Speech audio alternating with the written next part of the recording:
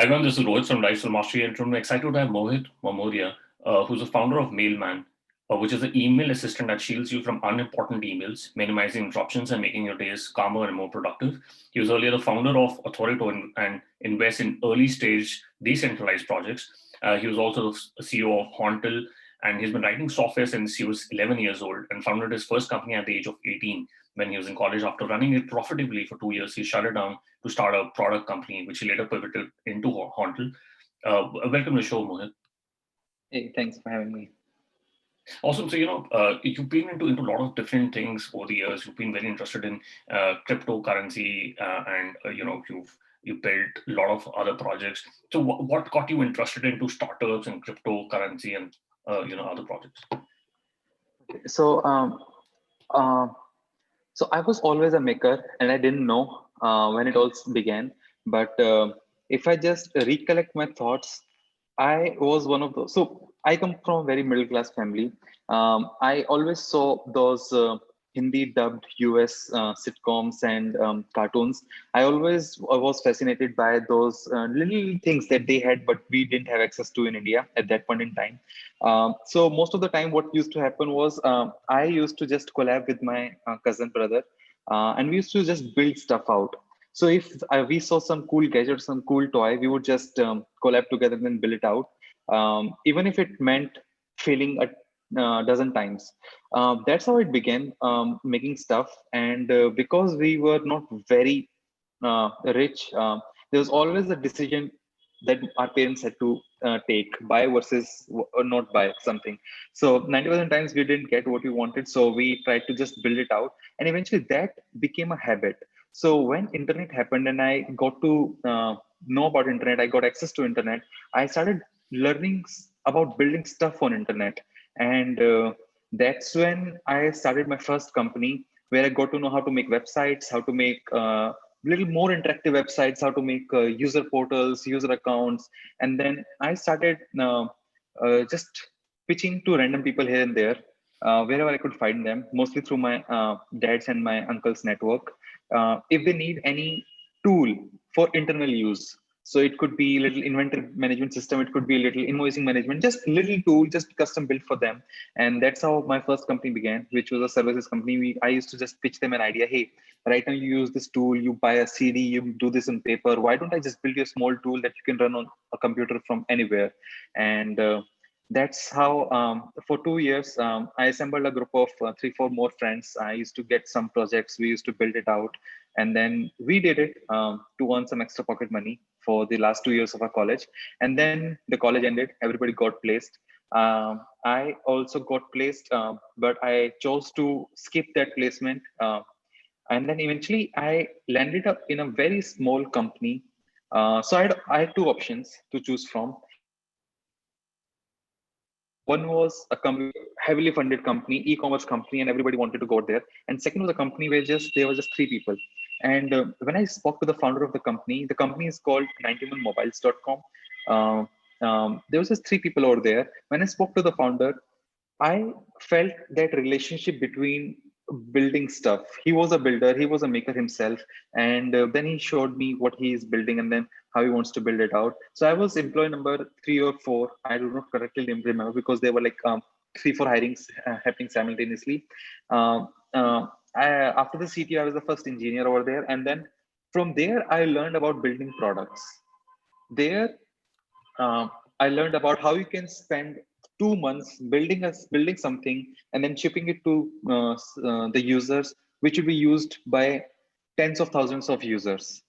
And then you see how the product was used, how this feature was used, and then you try to iterate upon it. And because this was a B2C product, there was no directly one-to-one talking, but then you would definitely track all the numbers, all the things, and then you try to um, um, um, uh, comprehend what might have happened in the product. So that's how I learned about building products. I was there for 6, 7 months, and then I told my boss, "Hey, I have this idea. Uh, Last 2 years, I have built so many systems, custom systems for people. Out of those, we did about 25, 26 projects, and out of those 25, 26 projects, about 22 projects were just invoicing systems. And I told him, I want to build a small invoicing tool just for small businesses, just like these customers were. And there's no alternative except Tele. So I want to quit from here. I want to go out and build this stuff. And can I? And he was a little bit shocked at first because I didn't give him any impression until this one particular moment that I plan to leave and start something on my own. So he's a little bit shocked, but then he was one of the biggest supporters that I had. His name is Bharni. So he helped me identify the product, the feature set, or what should be built, how it should be built, what should the positioning and everything. And he became our first investor in the Oh, company. wow. So we built it out. This product was called Gorilla. It was a small accounting app. It's still there. I personally use it, but we ran it for a year. We got so the company grew from just me to three people, total three people. We grew to 300 customers, and we were profitable. But after 1 year of doing this and slowly getting customers, one day, one customer at a day, um, I was sad because I thought, if you do not have a million customers, and by that time the only things that were very prevalent at that point in time was Facebook, Flipkart, millions of users, billions of dollars. And I didn't know what those things were. I just wanted to build a small software. That's what I wanted to do. But when I realized that maybe this is a failure, we are not doing as well as other businesses are doing. So after 1 year, we pivoted to Hontel. Like, we shut it down. The same team started building another product, Hontel, and I would say that is my failure. Not to grow it, but failure to shut it down too soon, because I went in with the wrong expectations. Now with Hontel, the expectations were the same: billions of users, billions of dollars. You need money, so you need to build something for the consumers, not for businesses. No SaaS, no B2B, for the consumers. What do you do? So we started building apps, and we started building plugins for marketers to reach out to their consumers. So it was like a notification feed. It was like an inbox, but for notifications. Right now, notifications for consumers on Android phone those days used to just come in here and there anytime, and you did not really have a lot of control on them. And so that's what we built. We built an inbox for notifications for consumers. We raised some money, and that's where I spent 4 years of my entire journey. And that's when I realized that those 300 paying customers with my accounting software were not really bad. That was a good business. And that is what I think I was as a person, as a human being. And that was the time when I realized who I really was. So we did Hontel. We also now when we raised some money, but when we were running out of money, we just humbled and scrambled, tried to just make our ends meet. So we used to sell anything. We made an enterprise version of Hontel. We used to sell it to enterprises. We made our ends meet, but at one point in time, uh, after running for 3.5 4 years, Google came out with an Android update, which was, I would say, like, except one or two features, it was exactly the same. You had all the controls for notifications, you had actionable notifications, almost everything with Android N. And that's where our investors lost a little bit of faith in the product. They kept pushing me, hey, do you want to try something else? Otherwise, if this is the product, your users are going away, your customers are going away. This is just a slow spiral of death. And but this time I was like, I'll not give up. So earlier I gave up too soon. This time I didn't give up at the right time. So I kept pursuing, I kept going until the day came where we finally have to shut down. So whatever the money we had in the bank, we returned it to our investors. That's how the company had shut down. But at the same time, uh, I was thinking about what's next for me. So I took 6 months break. I just wanted to. I was figuring out what should I do next. Who I really am. What should I be doing?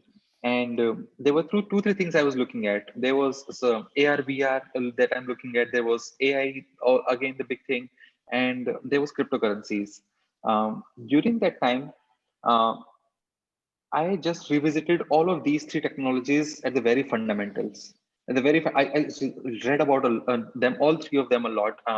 I spent full 6 months just introspecting and thinking, what should I be doing next? That's where I really got engrossed within the crypto community, both online and offline.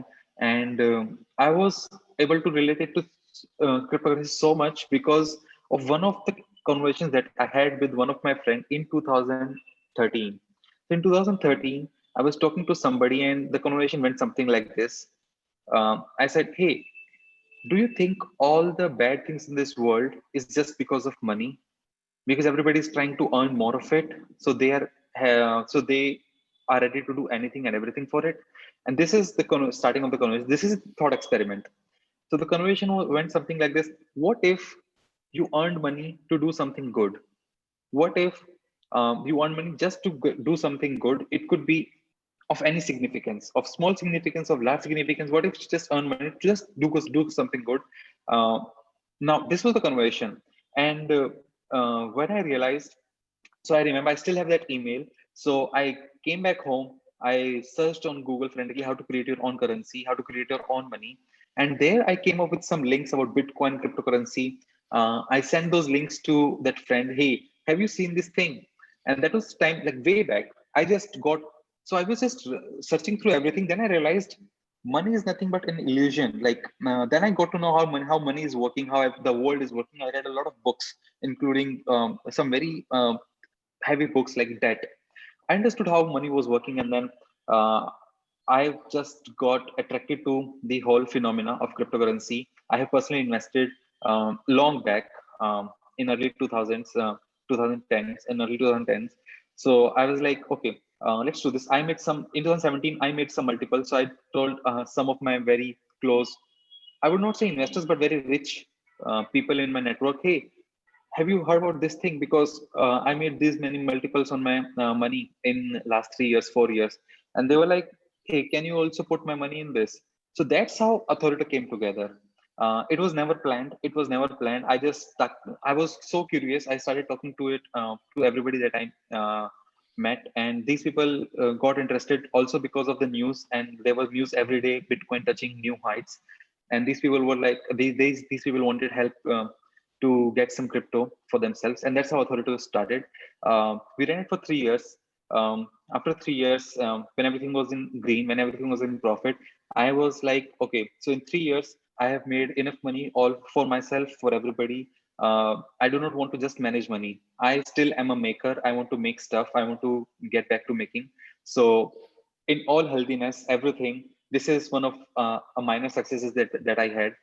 We shut down Authorito in good terms with everybody. Everybody made money in this venture, and from here, the journey of an indie maker started. So late 2019, early 2020, I was just making stuff, anything randomly, and one of those stuff. So one of those things was just to. So these things were something that I would personally use. So one of Okay. those things was a small Gmail script that would just pose my inbox for collect all the emails and give those emails to me every single day. So I have a bad habit of keeping my Gmail tab as a pin in my browser.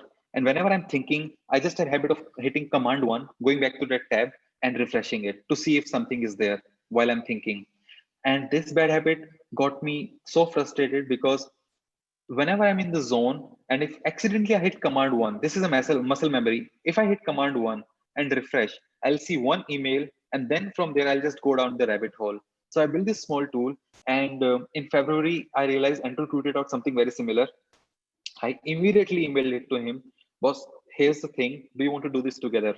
Here's what I've done before. Here's what I can do. Do you want to do this thing together? And over 6 email exchanges, we came to a agreement, and we started building in March first week. Mailman. We launched to very few people in our close network, to 10, 12 people in on April 14th. And in August, we started the beta, and October 21st, we launched publicly. Yeah, so that's like the journey in nutshell. Okay.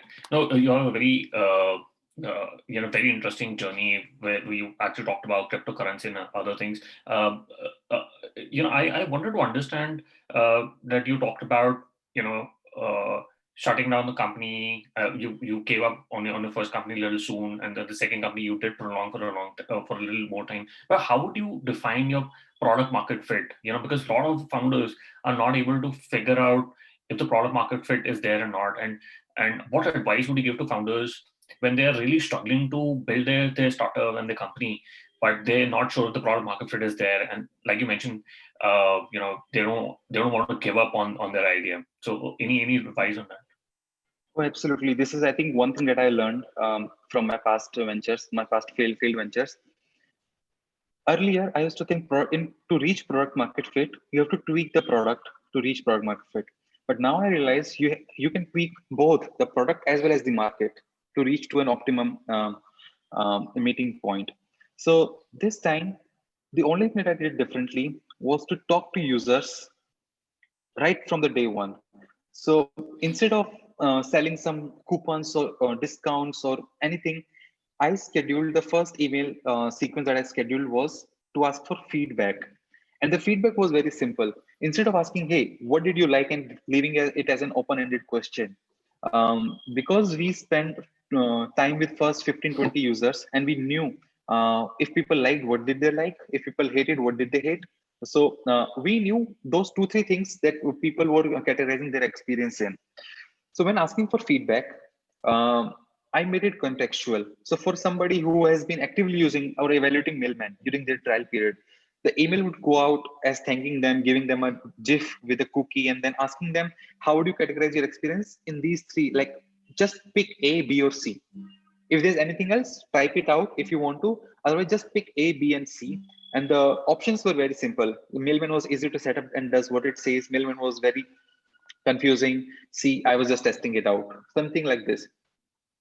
From there, whoever would say Mailman was good or Mailman was bad, I would again directly talk to him. Hey, can I pick your brains for 10 minutes over video call? Or if not video call, can I just send you an email if you would want to?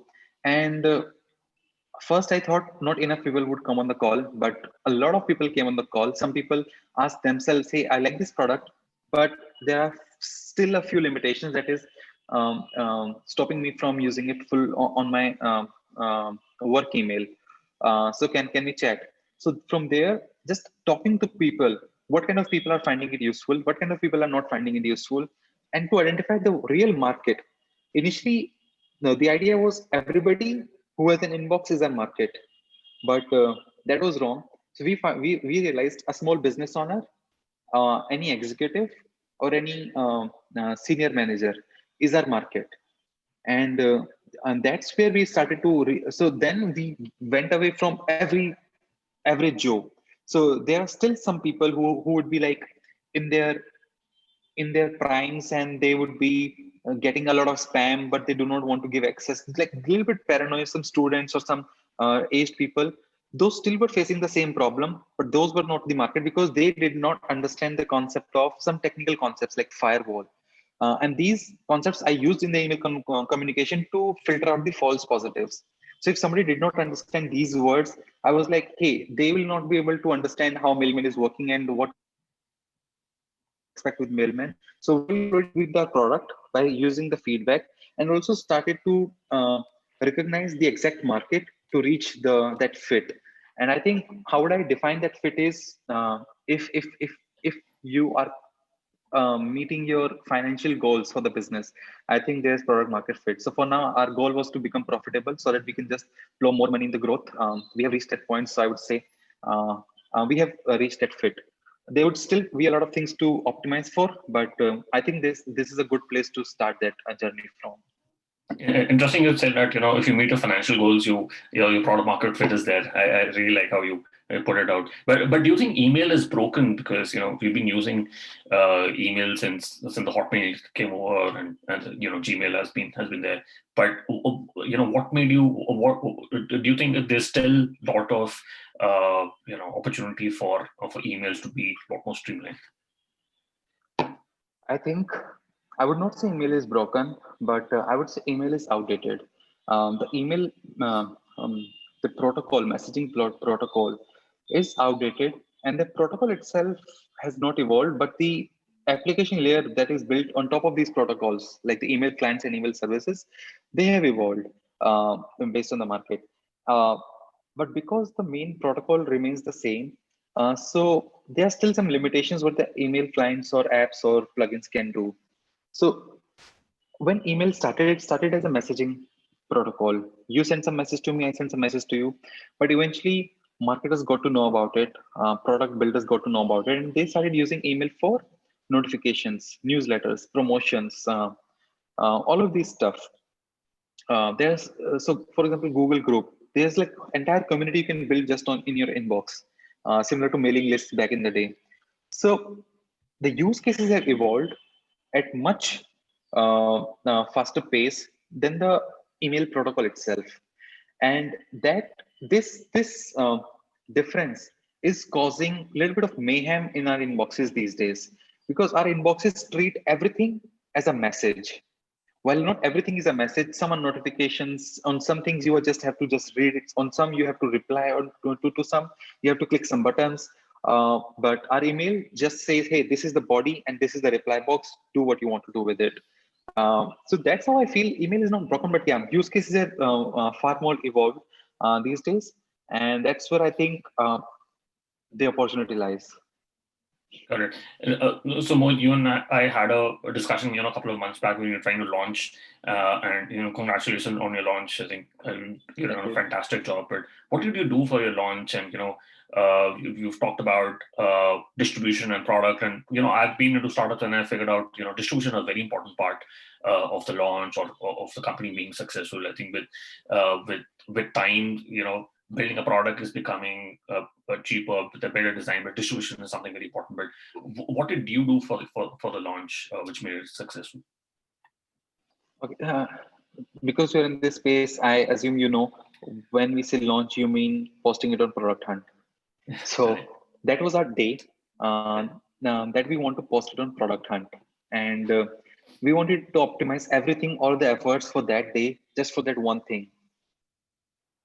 So the launch day happened on October 21st, but the preparation happened way before it. So one thing was very clear before the launch, we had about 600 users using Mailman, and I've spoken to everybody, either on a video call or through emails. I've spoken to almost everybody, and I know how people were navigating through the product. And we have made product onboarding such that if somebody new signs up, they get right tool tips, they get right tutorials to get through their Mailman account and to set it up properly. So that long period of 2 months of just tweaking the product, not for the expert user, but for a beginner new account, that was a major uh, challenge before the launch. Once we did that, then the plan was to launch. But with the launch, the idea was to get new users, of course, but also the idea was to convert these previous users to paid customers, because that's where we'll know. Because suppose if you launch on day zero, you'll have to still wait for 45, 50 days for your trial periods to get over, and then you will see how many users are converting. But if you just also plan to convert your existing users to paid plans, then you'll know how many of them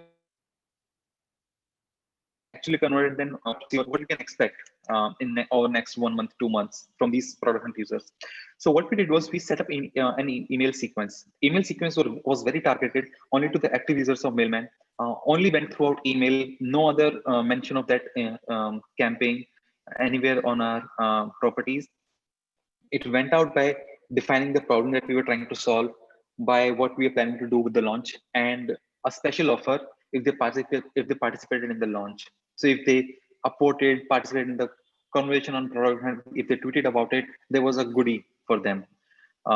So that's what happened. So we so these are two things: product hunt launch and trying to convert our existing users. Um, for existing users, there was an email drip sequence which went out. There were 3 emails which went out at a gap of 2 days. The last email sequence going out on the day of launch and asking them to check out on our listing on Product Hunt. On the Product Hunt itself, the idea was simple. So we are a tiny company, so tiny portfolio is scattered throughout the globe. Right. There are some companies in the East Hemisphere. There's some companies in the Central Hemisphere, and some companies in the Western Hemisphere. So all of us coordinated our time. Like we'll start the listing in the morning of Eastern Hemisphere, which is India's morning, and I'll get everybody in my network to participate in the launch. Then once we slid over to afternoon, these companies and the network in the Spain, Europe took over, and then they reached out to all of their networks. And when the afternoon slid over there, companies in the Western Hemisphere took over. So that's how we planned everything. And throughout the day, there were several emails that went to different companies, and we also advertised on some newsletters and podcasts on other tiny portfolio companies. Hey, a new tiny company has launched. Check it out on Product Hunt. So that was the launch. The whole idea was to get as many users as we can and to convert as many users as we can from there. Right. Interesting. You talked about Tiny, and I'm a big fan of Andrew. And I wanted to understand how do you know Andrew Wilkinson, because he has a very interesting viewpoint where he's not looking at building unicorns, but he looks at a lot of these products which can really add value, and he has a huge portfolio. But how did you get Andrew on board? So I was a long time follower of Andrew on Twitter, like most of the other people. And I've admired also not just Andrew, but similar mindset of Jason and DHH, David of Basecamp.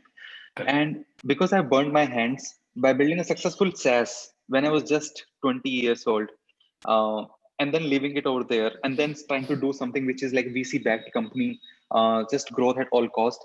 I knew I belonged to that first category where I wanted to build a profitable business, talk to customers, directly take money, no advertisement.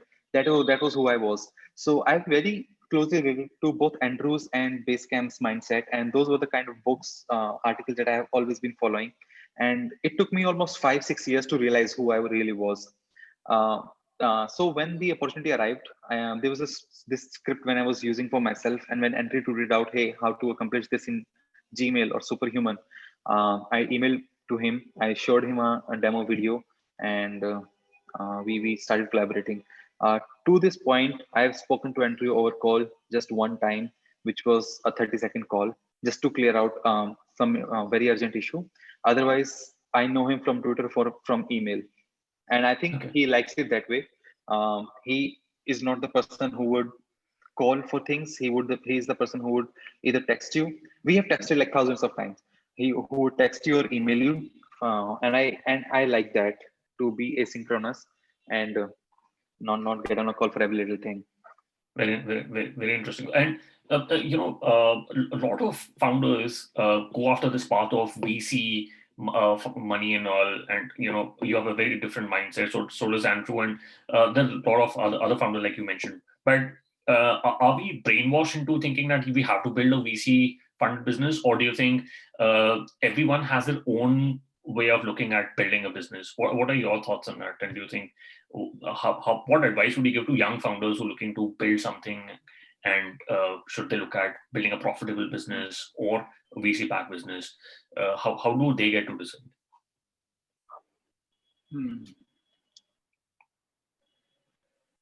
I think it depends on the mixture of founder as well as the business side. Not all businesses you can accomplish either ways. So if you want to build next Facebook or next social media, you definitely need to have a lot of money to burn to get those customers eyeballs, to get the user base, and to make the business worthwhile of anybody. Then there's some businesses which can be profitable on day one. So I would not say there's any right or wrong method. It depends on what the founder wants out of the business and what is the business exactly. So if you ask me, I'm a huge believer of bootstrapping now. Right. Bootstrapping, building profitable businesses. But just imagine if I get an idea of building next social network, um, even I would not be comfortable doing it. Either I'll not do it at all, or if I plan to do it, if I'm just feeling so, if I'm so convinced about this one business idea, I know I cannot do it profitably or through bootstrapping. It so business execution needs different tools, different levers. Not everything is a nail, so that one hammer can be used. So I would say both the ways of execution comes with their own benefits and costs. Both have different outcomes towards the life. It's about what the business model demands and what the founder is comfortable doing. Correct. Let's talk about Mailman. What is the cost for the service? And you mentioned it's for managers and executives. And should everybody use the product? And you can just talk about the costing of the product. Sure. Mailman is ideally useful to you if you are getting over 20 spam emails in a day. And when I say spam, not in your spam box, but emails which are mostly marketing, and you do not you never know where you do subscribe to these people, or if you also already unsubscribed, the emails are still coming in. If you just want a little bit of the calm inbox, and this happens, and then you are in a job or you work on like something where you need flow zone, where you need to be in the flow, when you need to zone out and do something, where you cannot afford to be distracted. If both of these two things apply to you in your life, Mailman is a no-brainer. Mailman costs $8 a month if you sign up for an annual account, and throughout this year we have been giving 20% discount to the users, so it comes down way less, like $80 for the entire year. Um, but if you do not fall in either of these categories, you will find a little bit frustrated to use Mailman, because Mailman is not just a blocker.